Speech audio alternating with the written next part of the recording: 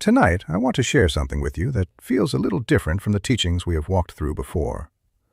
We have spoken about coins, about salt, about a small paper placed inside the wallet, about the quiet power of ordinary things when they are touched with intention. But tonight, we go deeper than the object. Tonight, the teaching does not begin with something you hold in your hand. It begins with something you speak from your mouth. Words. Ancient words. Words that have been carried through thousands of years. Spoken in small rooms. Whispered beside sickbeds. Said in moments of fear. Repeated by people who had very little, but still refused to let fear become their God.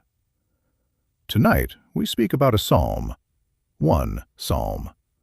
A psalm many people know, but few have ever placed directly over their Parnassa, over their wallet, over the place where money, fear, responsibility, and trust meet every single day.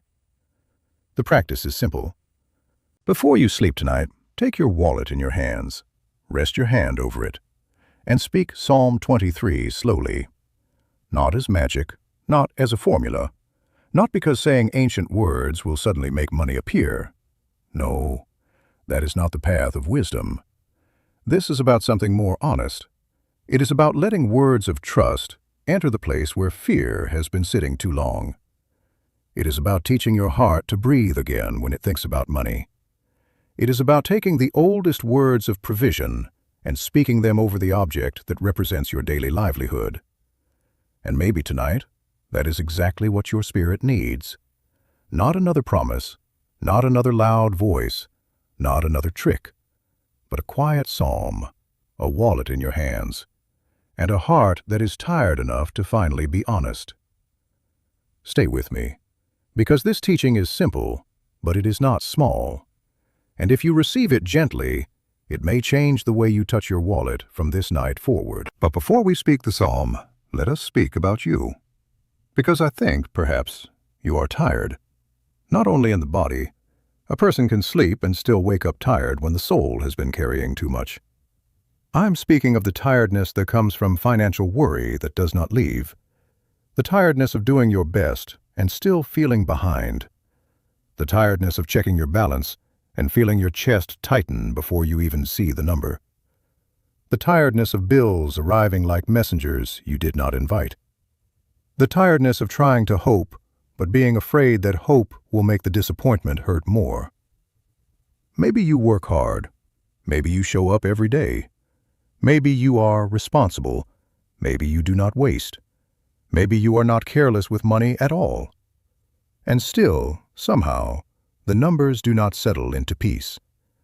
There is always another expense, another payment, another repair, another need, another month where the money seems to end before the month does. And at night, when the world becomes quiet, your mind does not become quiet with it. It begins counting, calculating, rearranging. What can be paid now? What must wait? What might happen if something goes wrong? How much is left? How much is needed? How long you can keep going like this? And maybe no one sees that part of you. Maybe people see you smiling, working, helping, being strong. But they do not see the way your stomach turns when an unexpected expense appears. They do not see the prayers you whisper when you open your wallet. They do not see the shame that sometimes comes even though you did nothing shameful. That is the cruelty of financial fear. It makes a good person feel guilty for struggling. So hear me carefully. You are not failing. You are not cursed. You are not forgotten. You are not outside the reach of blessing. Your financial pressure is real. The weight you carry is real. And the exhaustion that comes from carrying it for a long time is not weakness. It is a wound. And a wound does not heal by being judged. It heals by being seen. So tonight we begin there, with mercy, with honesty, with a quiet hand placed over the place where the fear lives. Your wallet may look like a simple object, but for many people, the wallet is not simple. It holds money, yes, but it also holds memory. The memory of not having enough, the memory of needing help, the memory of being embarrassed, the memory of bills unpaid, the memory of promises you made to yourself, the memory of seasons you barely survived. Sometimes a person opens a wallet and does not only see what is inside, they feel everything they have been through. And this is why the practice matters. Because what has been carrying fear can also be taught to carry blessing. In Jewish wisdom, the word we use for livelihood, sustenance, and the flow of provision is Parnassa. Parnassa is more than money. It is the work that feeds the home. It is the bread on the table. It is strength for the day. It is opportunity. It is wisdom. It is help at the right moment. It is the quiet mercy that keeps a person moving when they thought they could not continue. Parnassa is not only what enters your hand, it is also how your heart receives it. Do you receive with gratitude or only with panic?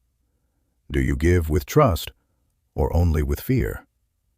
Do you treat what comes to you with care, or do you rush through it because you are already afraid it will disappear?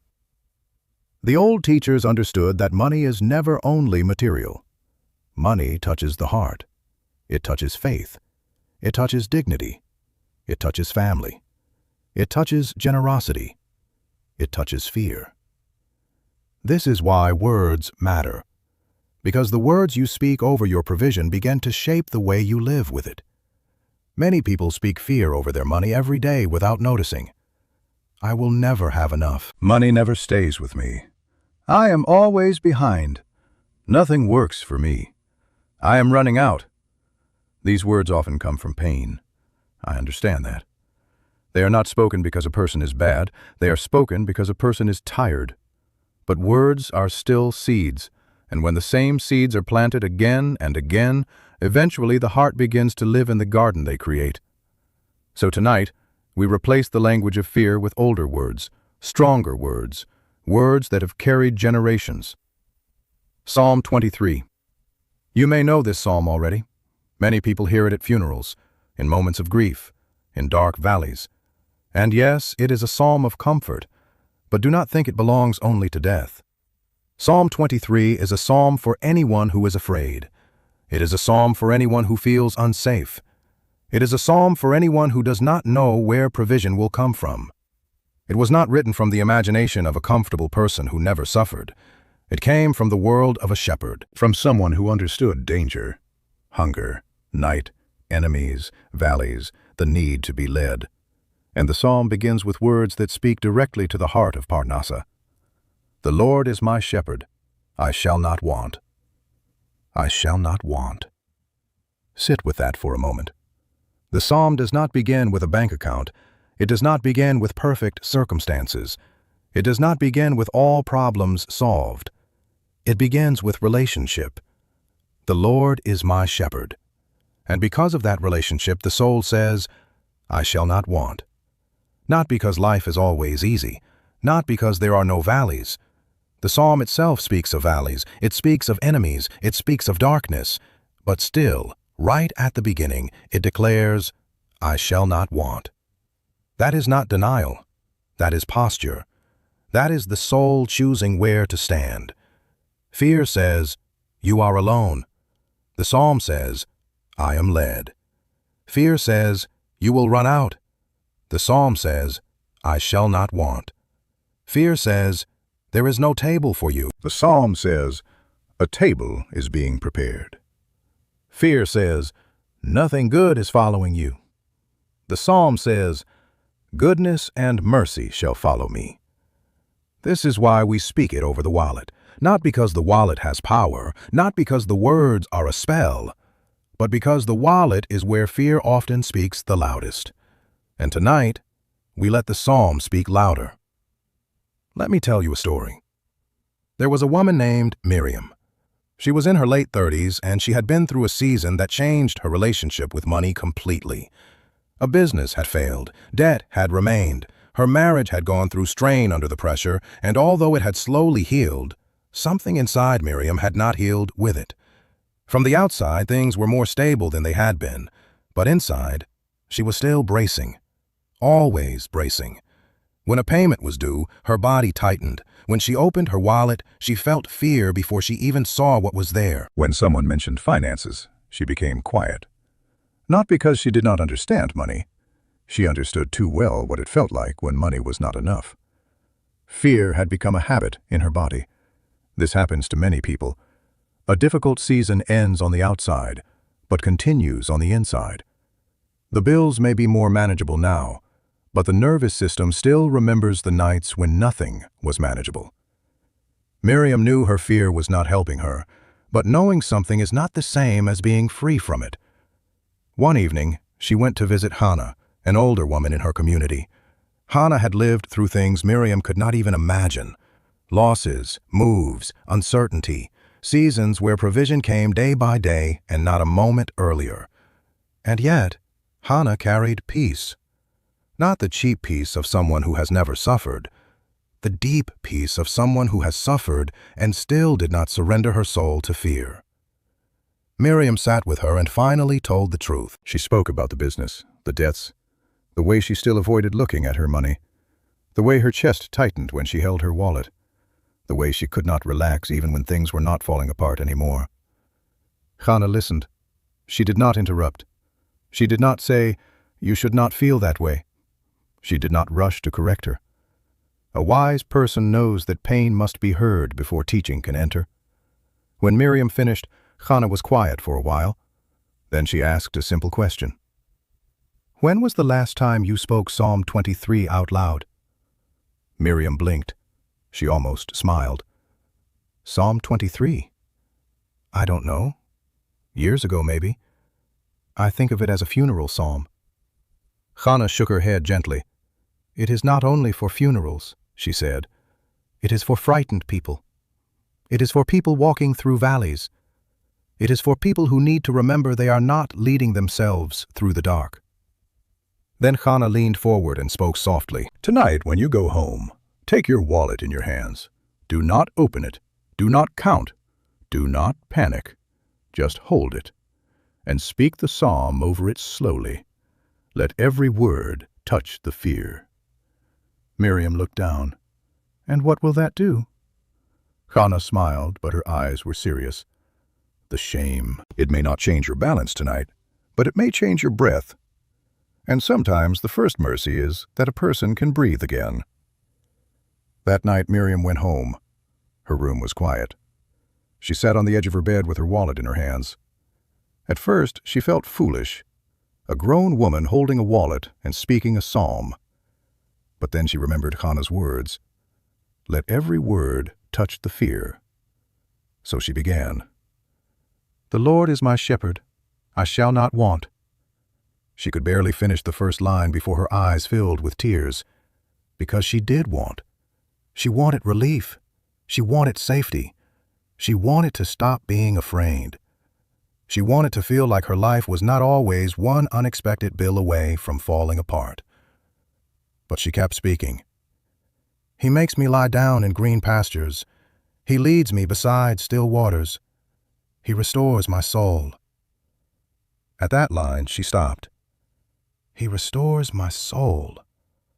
Not only my money, not only my circumstances, my soul. And Miriam realized that her soul had been living in alarm for years.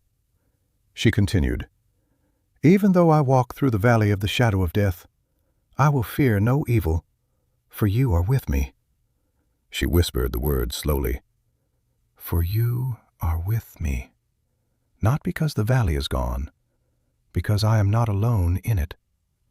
She reached the end. "Surely goodness and mercy shall follow me all the days of my life." And when she finished, the room was the same. The wallet was the same. The bank account was the same.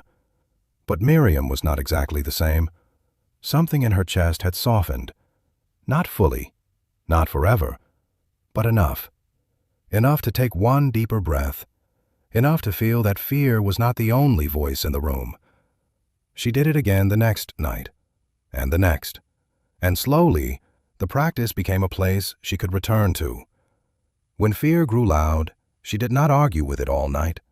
She sat down, held the wallet, spoke the psalm, and remembered.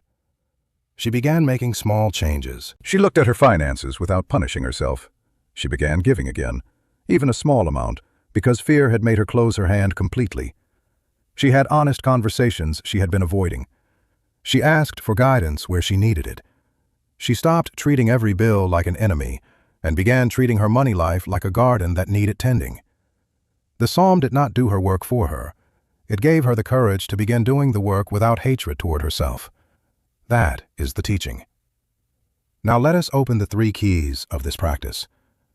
The first key is spoken declaration. In Jewish wisdom, speech matters. The world begins with speech. Blessings are spoken over bread and wine. Parents bless children with words. Prayers are not only thoughts hidden in the heart, they are often placed on the lips. Why? Because speaking brings the inner world into the outer world. When you speak Psalm 23 over your wallet, you are not performing a show. You are bringing words of trust into contact with the object that often carries your fear. Your mouth and your hands are agreeing. Your hand holds the wallet. Your mouth speaks trust. Your heart listens. This is important because the heart has listened to fear for a long time. Now let it listen to something older. The second key is courage. Psalm 23 is comfort, yes, but it is also courage. I shall not want is not the sentence of someone pretending there are no problems. It is the sentence of someone choosing not to be ruled by lack. Even though I walk through the valley does not deny the valley. It names it. But then it says, I will fear no evil, for you are with me. That is courage, not the absence of fear, the decision to walk with trust while fear is present. When you speak this psalm over your wallet, speak it as courage. Speak it over bills. Speak it over old shame. Speak it over the belief that you are alone. Speak it over the voice that says nothing will change. Let the psalm stand in the room like an elder who has seen many dark nights and still says, keep walking. You are being led. The third key is consistency. One night matters. One sincere moment matters. But a heart that has been trained by fear often needs to be retrained gently, again and again. Not with pressure, not with superstition, with return. The old teachers understood that transformation usually does not come through one dramatic moment. It comes through repeated small acts. A blessing said every day, a candle lit every week, a coin placed in Tzedakah, a psalm spoken at night. Again and again, the heart is shaped. Again and again, fear loses a little of its authority. Again and again, trust becomes more familiar. That is why this practice is done for 7 nights. 7 nights is not a bargain with heaven. It is a rhythm, a small cycle of return. 7 evenings of saying, I will not let my wallet go to sleep under fear alone. I will place ancient words over it. I will let my Parnassa rest under blessing. Now let me give you the practice. Tonight, before you sleep, find a quiet moment. Do not do it while rushing. Do not do it while scrolling. Do not do it while your mind is scattered. Let the room become still. Take your wallet in both hands. Hold it gently, not tightly, not anxiously. Hold it like something you are caring for. Take 3 slow breaths. Let the day settle. Then speak Psalm 23 out loud, slowly. If you know it by heart, speak it from memory. If you do not, read it from a page or your phone. But speak it. Do not only think it. Let your own ears hear your own voice choosing trust. Say, the Lord is my shepherd. I shall not want. He makes me lie down in green pastures. He leads me beside still waters. He restores my soul. He guides me in paths of righteousness for his name's sake. Even though I walk through the valley of the shadow of death, I will fear no evil, for you are with me. Your rod and your staff, they comfort me. You prepare a table before me in the presence of my enemies. You anoint my head with oil. My cup overflows. Surely goodness and mercy shall follow me all the days of my life, and I will dwell in the house of the Lord forever. When you finish, do not rush away. Sit quietly for a moment. Keep your hands on the wallet. Then speak your own simple declaration. You can say, "My Parnassa is not ruled by fear. My provision is guided with wisdom. My hands are open to give. My heart is open to receive. I am not alone in this valley. Goodness and mercy are still following me. I shall not want." Say it softly. Say it honestly. If your faith feels small, bring the small faith you have. A small flame still gives light. A small prayer can still be true. Then place your wallet somewhere clean and elevated for the night. On a dresser, on a shelf, on a table, not on the floor, not under clutter. Let it rest with dignity. Do this for 7 nights. The same psalm, the same stillness, the same return. And during these 7 days, if you are able, do one small act of tzedakah each day. A coin, a small donation, a quiet act of help. Give responsibly. Do not harm your obligations. Do not give from pressure.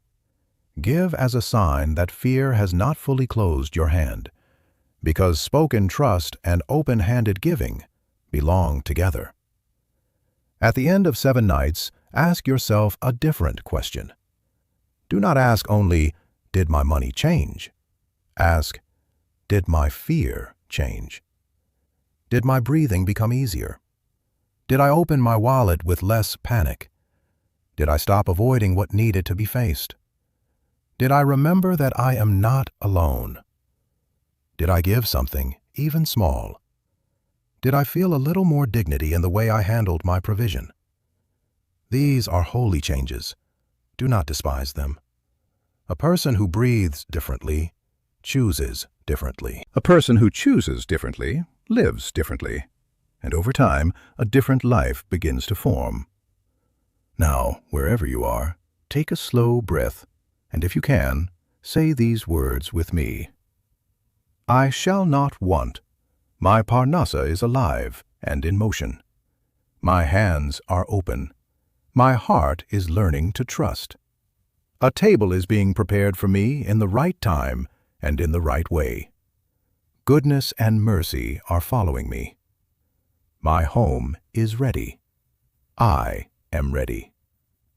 Say it again tonight when you hold your wallet, not loudly, not dramatically, with sincerity, because sincerity reaches places performance never can. Before I close, I want to be very clear. This practice is not a way to force money to come. Psalm 23 is not a financial spell. Your wallet is not a magical object, and God is not manipulated by rituals. No true teacher should promise that if you speak a psalm, a certain amount of money will arrive. That is not wisdom. That is using people's pain. The Jewish way is deeper than that. This practice is about reorientation. It is about taking the fear that has been living around your money and placing it under words of trust. It is about reminding your body that you are not alone. It is about letting your wallet become not only a place of spending, but a place of prayerful awareness. It is about joining speech, action, gratitude, and tzedakah into one humble practice. The object is not the power. The sound alone is not the power. The trust behind the words is the power. The courage to speak truth while still afraid is the power.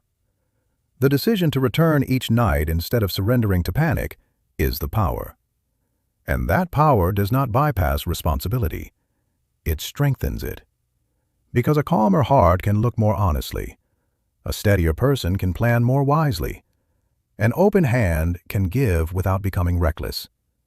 A trusting soul can walk through a hard season without becoming completely owned by it.